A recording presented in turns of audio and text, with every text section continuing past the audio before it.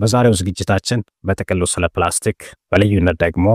ዛሬ የአካባቢ ጠላት ተብሎ ስለተፈረጀው መጀመሪያ ሲፈጠር ግን አካባቢን ከጉስቁልና ይታደጋል ተብሎ ታምኖበት ስለነበረው ፌስታል በአጋጣሚ የተሞላ ግኝት